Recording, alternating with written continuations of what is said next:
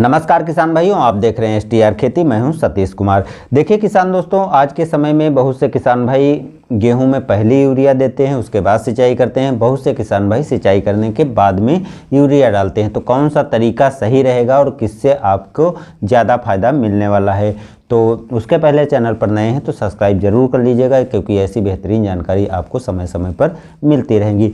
देखिए, दो तीन चीज़ें ऐसी हैं जिनको आपको ध्यान में रखना है और उसी के आधार पर आपको यूरिया को देना है।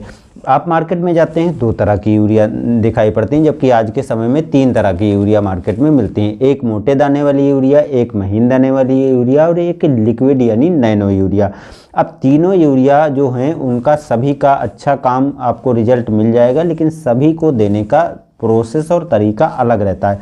देखिए, जब आप पहली सिंचाई करते हैं तो पहली सिंचाई करने के पहले यदि आप यूरिया देना चाहते हैं तो इस बात का ध्यान रखना है। एक तो पहली सिंचाई वैसे भी हल्की सिंचाई की जाती है, तो हल्की सिंचाई यदि आप अपने खेत में कर रहे हैं, पानी जमा नहीं करना चाहते हैं, 1 से 1.5 इंच तक ही पानी लगाते हैं, तो आप बेहतर रहेगा कि आप सिंचाई करने के पहले ही मोटी दाने वाली जो यूरिया है उसको डाल सकते हैं। लेकिन यहाँ पर यदि गहरा पानी लगा रहे हैं, 4 से 5 इंच तक खेत में पानी भरने जा रहे हैं, तो ऐसी कंडीशन में आपको पहले किसी भी हालत में यूरिया नहीं डालनी है, चाहे वो मोटे दाने वाली हो या महीन दाने वाली, क्योंकि अधिक पानी भरने पर पानी मिट्टी में नीचे तक चला जाएगा, जहां तक जड़ नहीं पहुंचेगी, और नाइट्रोजन लीचिंग के माध्यम से नीचे चली जाएगी, जो आपके पौधे को नहीं मिलने वाली, क्योंकि जड़ वहाँ तक नहीं पहुँच पाएगी और नाइट्रोजन पौधे को नहीं मिल पाएगी।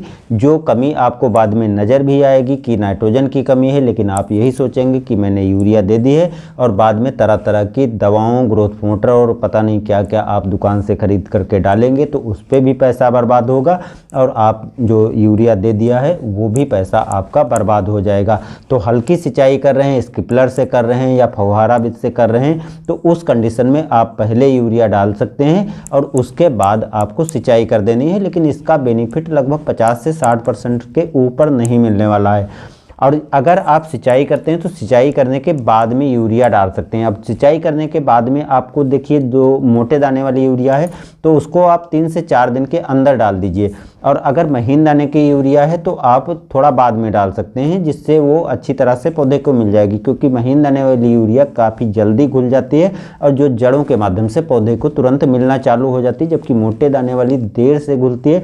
तो इसलिए जब पर्याप्त नमी हो, खेत में हल्का कीचड़ हो, तो उस टाइम पर डाल देंगे तो बढ़िया फ़ायदा आपको मिल जाएगा। अब तीसरी तरह की जो नैनो यूरिया आती है, तो नैनो यूरिया जो डालनी है वो भी आपको जब आप सिंचाई कर रहे हो तो सिंचाई करने के बाद में आपको 3 से 4 दिन के बाद जो है नैनो यूरिया को डाल देना है।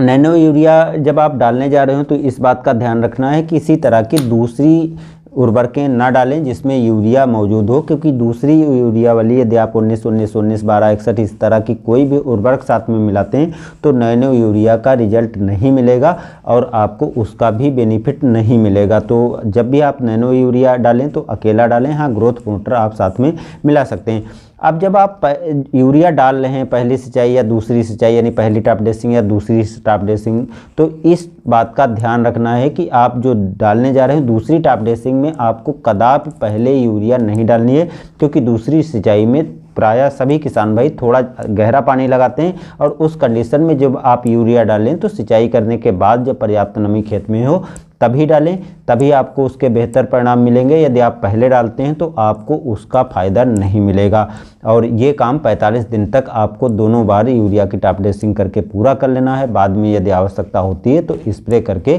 पूरा किया जा सकता है। तो उम्मीद है आप समझ गए होंगे कि जो आप यूरिया डालते हैं उसको आपको कैसे बढ़िया फ़ायदा मिलेगा, और सिंचाई करने के बाद में डालना है या पहले डालना है। तो इस तरह से किसान भाइयों आप अपने गेहूं की फसल में यूरिया की पूर्ति कर सकते हैं और काफ़ी बढ़िया यूरिया का फ़ायदा मिलेगा। उम्मीद करता हूं इस वीडियो के माध्यम से आपको बहुत सी अच्छी जानकारी मिल गई होगी। चैनल पर नए हैं तो सब्सक्राइब कर लीजिएगा, और वीडियो पसंद आया है तो लाइक भी कीजिएगा और दूसरे भाइयों तक शेयर भी कर सकते हैं। मिलते हैं नए वीडियो में, धन्यवाद।